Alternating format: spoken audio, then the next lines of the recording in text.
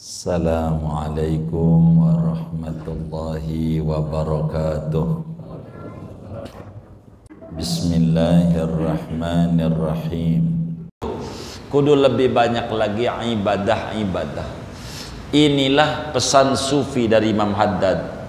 Pokoknya bila luput qadha. Wiridan apa saja. Apa saja.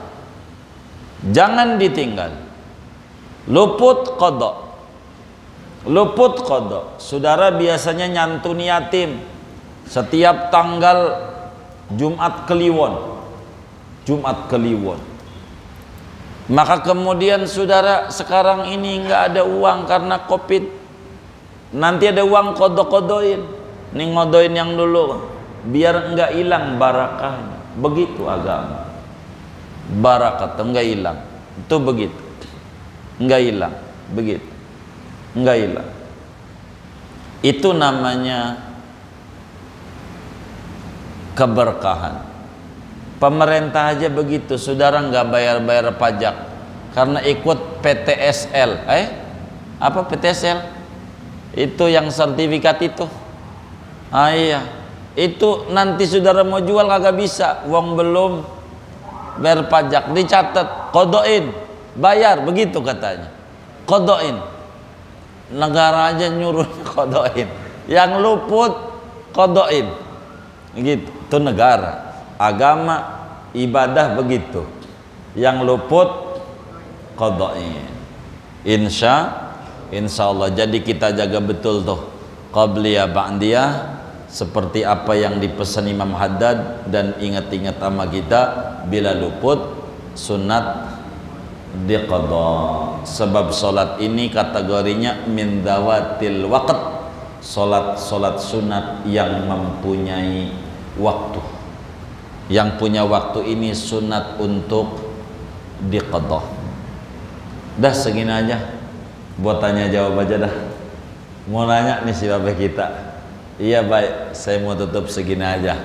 Baik. Waalaikumsalam. Dua hal.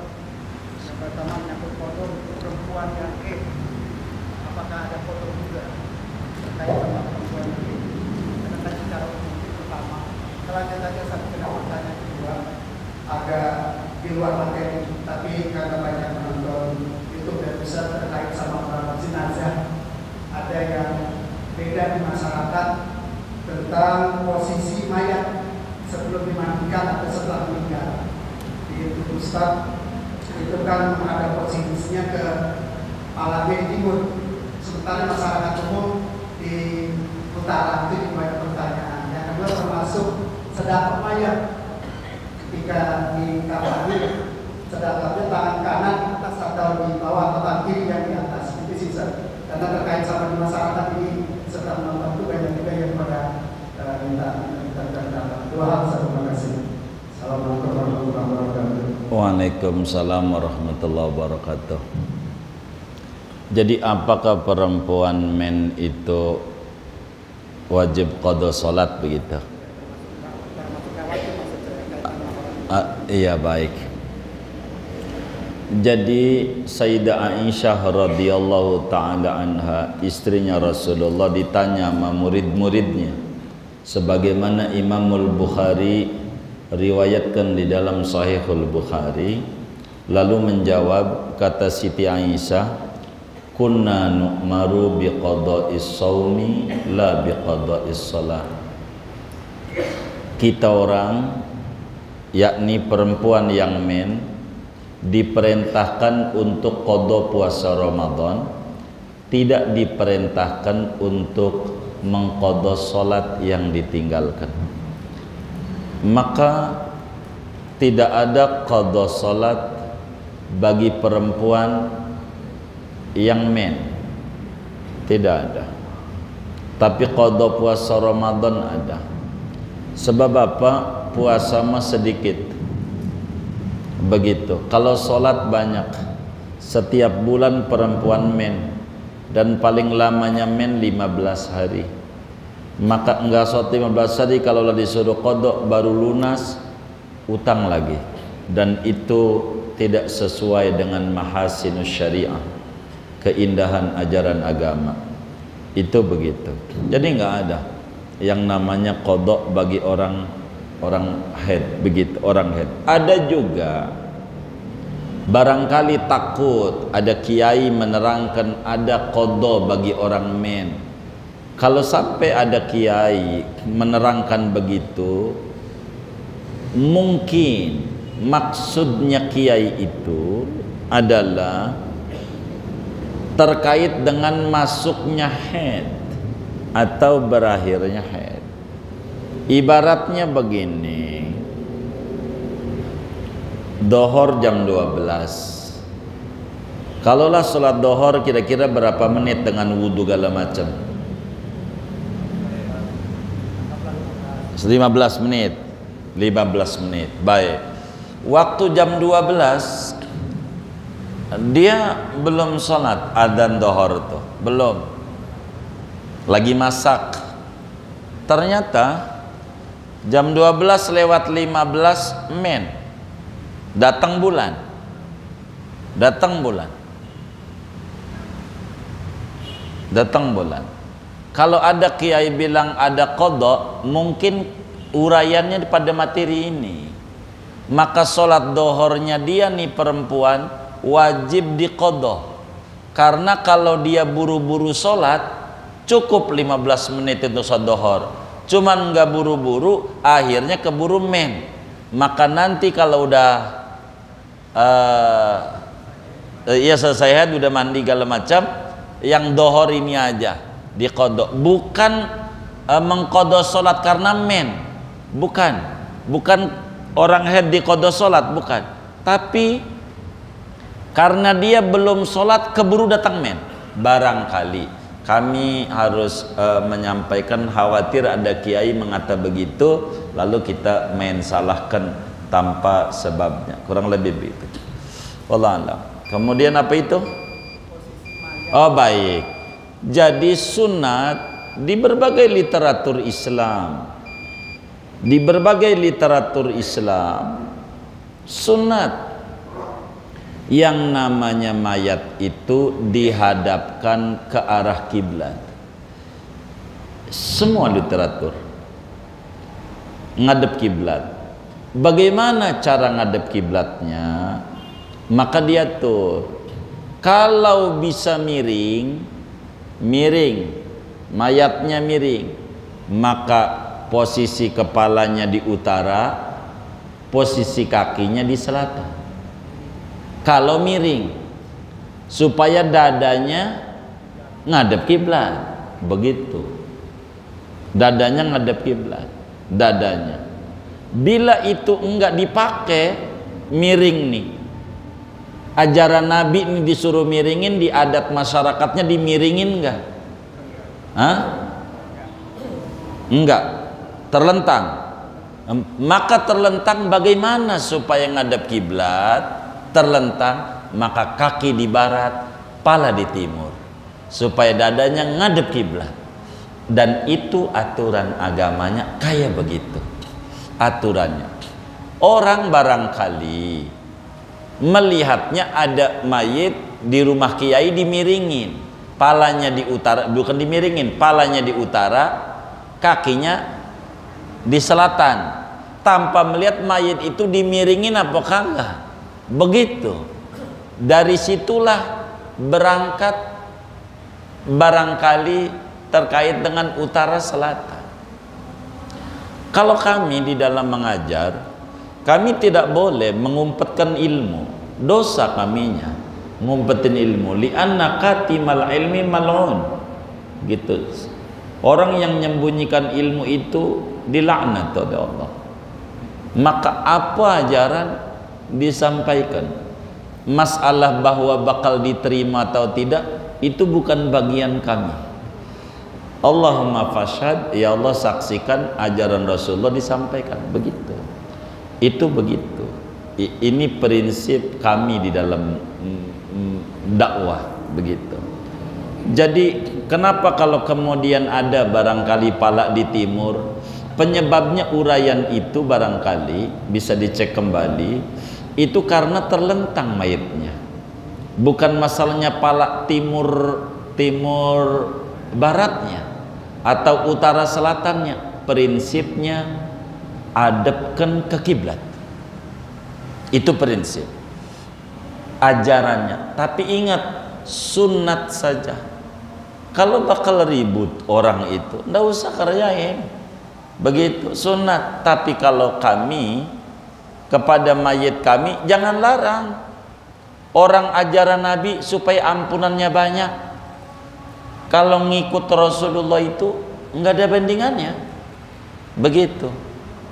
Terserah kalau ada mayit itu kemudian palanya di utara selatan dengan bentuk terlentang, ya nggak apa-apa. Begitu kan mayitnya dia. Begitu mayitnya dia. Kalau mau begitu, posisikan badannya miring, diganjal miring. Begitu. Kalau nggak mau dimiringin, ajaran Nabi berikutnya, begitulah sholat. Nggak bisa diri, duduk. Nggak bisa duduk,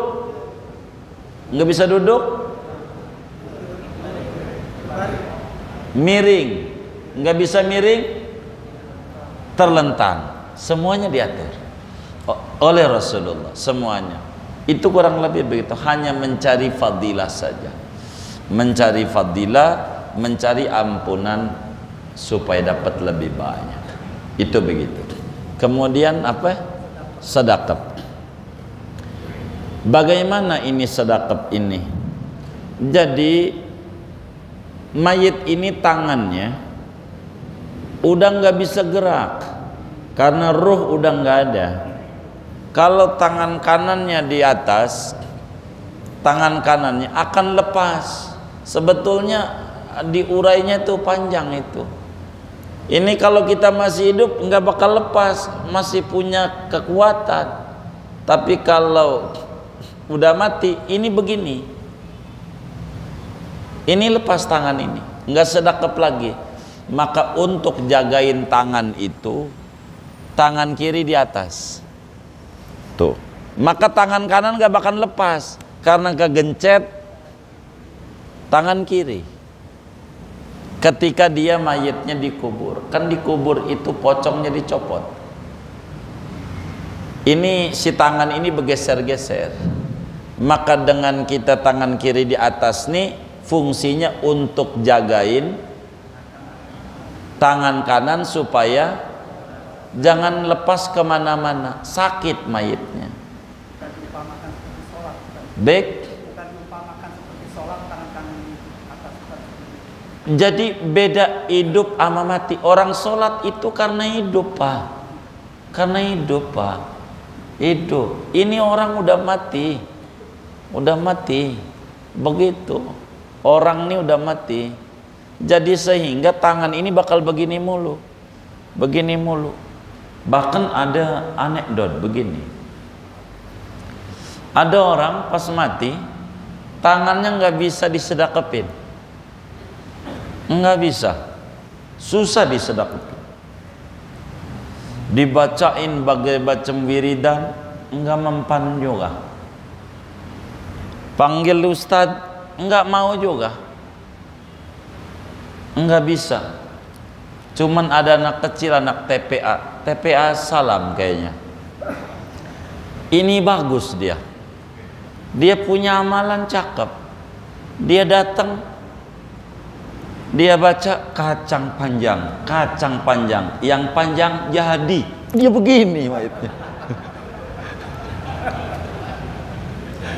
Begitu. Takut jadi dia. Takut jadi. Jadi ini tangan ini orang mati nggak bisa ngapa-ngapa. Dia lepas lagi. Ininya lepas lagi. Untuk jagain ini, maka tangan kiri ini di atas. Kalau begini tuh nggak bakalan lepas, diganjel ini. Tapi kalau begini begitu, nggak ada yang ganjel ini. Fungsinya mengganjal, fungsinya. Hah? Justru nangis mayitnya. Kalau saya sampaikan ajaran Muallim Syafi'i Adami rahimahullah rahmatal abrar, yang paling tingginya mayit itu tangan kanan lempeng. Itu yang paling tinggi ganjarannya. Ampunan paling banyak buat mayit itu tangan kanannya dilurusin, panjang ini, begitu. Ini harus diulang dari awal ajaran ini, nggak bisa ini di share sepotong kayak gini, harus dari awal tuh materi jenazah itu begitu. Jadi tangannya begini, saya contohin tuh, ini dikuburnya enak, nggak kegeser-geser. Itu yang paling tinggi ganjarannya, begitu. Karena dikuburnya bakal didorong-dorong itu. Betapa nangisnya mayit itu dipegang aja, ketika nyawa dicabut nangis mayit itu. Ini harus dibedah, kitab namanya Daqaiqul Akhbar. Bagaimana sikapnya mayit itu, dimandiin kayak apa nangisnya, mau dikafanin kayak apa dia yang diomongin, itu harus difahami biar kita betul-betul faham tentang mayit. Maka ada 3 ajaran tangan, ada 4 tangan ini. Yang pertama yang paling tinggi, tangan kanan lempeng, tangan kiri sedekap, itu paling tinggi. Yang kedua tangan sedekap dengan tangan kiri di atas, tangan kanan di bawah. Ketiga, ini semuanya diajarin, tangan kanan di atas, tangan kiri di bawah. Keempat, dilempengin dua-duanya. Silakan pilih semuanya, begitu. Yang mana aja masih ajaran, yang mana aja masih ajaran. Cuman kalau mengajar itu memberikan yang lebih tinggi ganjarannya, begitu. Itu penyebabnya, kurang lebih begitu. Jadi harus diikuti YouTube itu dari awal. Nanti bakal tahu urutan mengurus jenazah ini. Karena kebanyakan amil itu enggak ngaji, tapi ngenekin. Tahu ngenekin? Apa tuh ngenekin tuh? Iya, ngikut temennya aja, ngikut temennya. Kata si encingnya, kalau ponakan, daripada lu nganggur belajar dah, ikut gua, ikut aja apa yang dia lihat, begitu. Tanpa kemudian duduk pada majelis bagaimana perawatan jenazah dengan benar. Sehingga berbeda-bedalah di masyarakat juga. Tapi semua itu yang harus diberi garis bawah adalah sunnat, bukan wajib, begitu.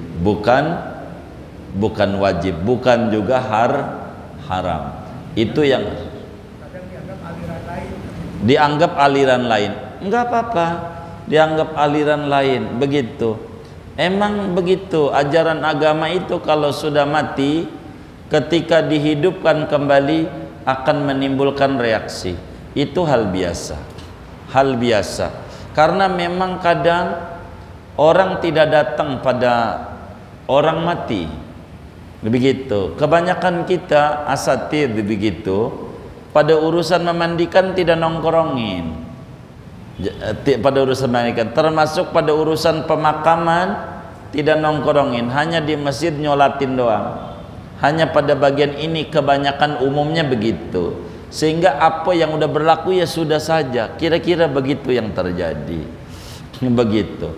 Tapi enggak apa-apa, kalau umpamanya mau dipakai boleh begitu, enggak dipakai juga boleh. Mau ngajarannya 4, begitu. Muallim Syafi'i Adam itu punya murid namanya Pak Sodik, orang Pondok Pinang, dekat PG Aman 4. Itu mesti mandiin mayit tangannya begini, begitu. Kalau dia yang mandiin, karena itu lebih enak pada mayitnya. Dikubur coba aja tangannya begitu tuh, nggak perlu geser-geser dikuburnya, akan lebih enak. Itu begitu. Di YouTube itu ada 4 ajarannya. Yang rahmatnya paling gede kayak begini, kedua begini, ketiga begini, keempat lempengin. Terserah, begitu. Yang mana yang kita suka, begitu. Yang kita suka. Jadi kita tidak menyalahin orang yang tangannya begini, ada juga di kitabnya begitu. Cuman ketika nyalahin yang lain, jangan-jangan belum baca itu kitabnya. baru itu aja dia yang baca. Jadi harus dibaca. Ajaran Islam ini luas, enak, mengenakan. Itulah ajarannya. Wallahu a'lam. Iya, baik. Sampai saat ini belum pernah saya melihat mayat di urusan positif. Belum. Kalau memang tidak dipelajari atau bagaimana? Iya, Dan kedua, ini yang untuk masalah paling tinggi maksudnya tinggi pahala. iya, banyak ampunan. Iya gitu. Maka itu saya belum pernah lihat mayat diizinkan diuruskan. Yang mananya nih? Tangannya Coba Bapak tiduran biar lebih enak. Tangan kirinya sedekap, Bapak tidur. Biar lebih mudah. Miring. Miring dong. Itu akan lebih enak di kuburnya bapaknya. Coba kalau Bapak sedekap. Tuh, miring. Tuh, bakal kedorong-dorong tangannya. Didorong-dorong sama orang yang nguburin. Dan itu nangis mayat waktu didorong-dorong tuh, begitu. Jadi begitu, karena Bapak hidup aja tangannya ngegeser-geser sendiri. Begitu. Kalau udah mati mau kaku enggak? Kaku dia. Begitu. Tapi semua itu ada ajarannya begitu. Ada ajarannya. Begitu. Mungkin juga bagi yang baru dengar, lo boleh qobliyah ya sesudah sholat isya ya. Kira-kira begitu juga yang baru tuh ngaji tuh. Kira-kira. Dan terus, inilah pentingnya muslim terus ngaji. Kalau kita ngaji, apa aja ketemu.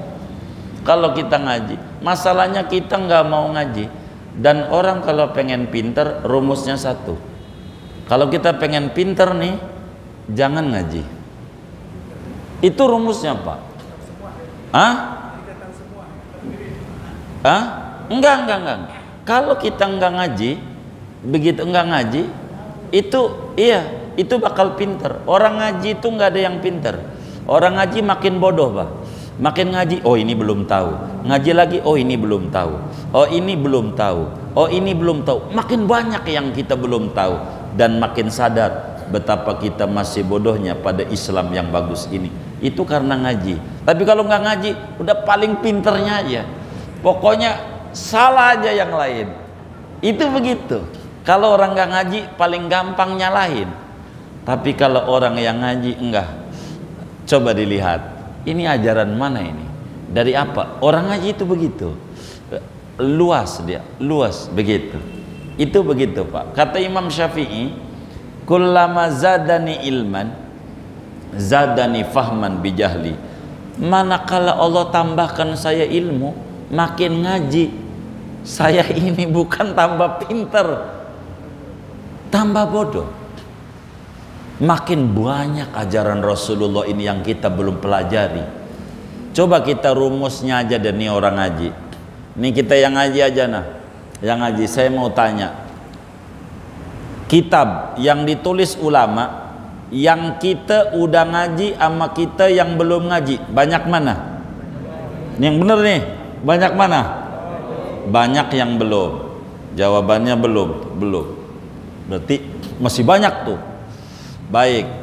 Yang kedua, yang sudah ngaji, yang sudah kita kaji, yang udah kita deres sama yang belum kita deres, banyak yang mana? Tuh belum lagi. Tuh begitu, saudara. Jadi kita ini banyak belumnya. Jadi banyak ajaran-ajaran agama ini, banyak sekali yang kita belum pelajari. Maka makin ngaji tuh makin asik hidup ini. Makin ngaji nambah 1% ilmu kita, nambah 1%, nambah 1% dalam setiap duduk kita ngaji, nambah. Tapi masih banyak ternyata. Emang begitu. Makanya diajarkan oleh agama, Rabbi zidni ilman. Tuhan tambahkan aku ilmu. Makin tambah ilmu, makin banyak wawasan, makin kita tidak gampang nyalahin. Tidak gampang nyalahin. Ini kan yang ribut-ribut nih kemarin-kemarin. Ribut, orang pada melongo. Kata teman kita bilang, ngapa gua udah pacaran lama setahun, gua udah pacaran setahun, gandengan, jalan bareng, ngapa sama yang 3 hari kawinnya, baru 3 hari ketemu kawinnya sama dia. Kan gua udah lama pacaran, ini lama begitu. Jangan dicatat, jangan. Ini udah mau catat aja. Tapi kata yang 3 hari bilang selama janur kuning belum melengkung masih boleh gitu, enggak ada yang disalahin begitu katanya. Jadi masing-masing punya dalil, kira-kira begitu Pak. Jadi enggak apa-apa, biasa begitu. Tapi silahkan mau amalin silahkan, tidak diamalkan juga silahkan. Banyak ajaran-ajaran agama ini yang kita belum praktekkan begitu, sehingga ketika menyalahi yang ada pasti bakal dikata ajaran baru. Itu biasa. Yang penting bagi kita orang, Allahumma fashhad, ya Allah saksikan ajaran Rasulullah udah disampaikan. Kira-kira begitu Pak. Wallahu a'lam. Sudah ya? Ayo baik.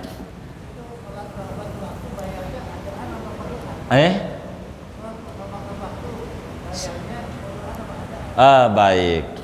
Sholat menghormati waktu itu bayarnya adaan apa kodoan? Bayarnya kodoan, karena bayarnya udah lewat. Cuman kalau mau niatnya namanya iadatan. Kalau mau pakai bahasa juga bukan adaan tapi iadatan. Iadah itu bedanya iadah sama kodo. Kalau kodo belum ngerjain sama sekali. Kalau iadah udah ngerjain, kayak contoh sholat Jumat yang kurang daripada persyaratan, anggap orangnya baru 10 gitu sholat Jumat di transmigrasi, maka nanti sholat duhur. Sholat duhur itu bukan kodok tapi iadah. Kenapa iadah? Uang udah ngerjain cuman kurang persyaratan, maka namanya iadah. Kalau mau niat jadi iadatan. Kodoan nggak apa-apa, tapi adaan tidak bisa. Karena ada tuh bayar pada waktunya, dan ini sudah keluar daripada waktu yang ditentukan itu. Kurang lebih demikian. Allah a'lam. Baik.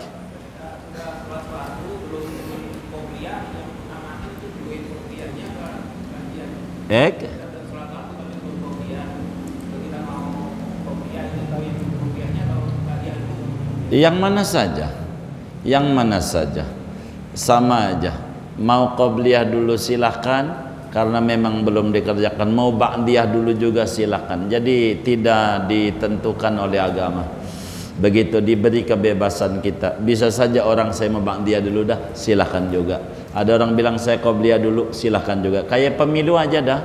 Kayak pemilu tuh silahkan saja. Milih yang gambar wakil presidennya silahkan, milih yang presiden silahkan. Sama juga jadi yang mananya aja. Kira-kira begitu. Wallahu a'lam. Oh iya betul. Makanya tadi tuh menyampaikan adaan niatnya, karena masih pada waktunya. Kecuali kayak sekarang kita sholatnya maghrib belum tadi ya, qobliyah atau ba'diyah, maka sekarang ngerjainnya kodoan karena waktunya udah habis. Begitu. Sudah ya? Ya Allah, ya baik. Saya garuk-garuk yang di sononya ini. Saya nggak ikut sholat isya ini di sini.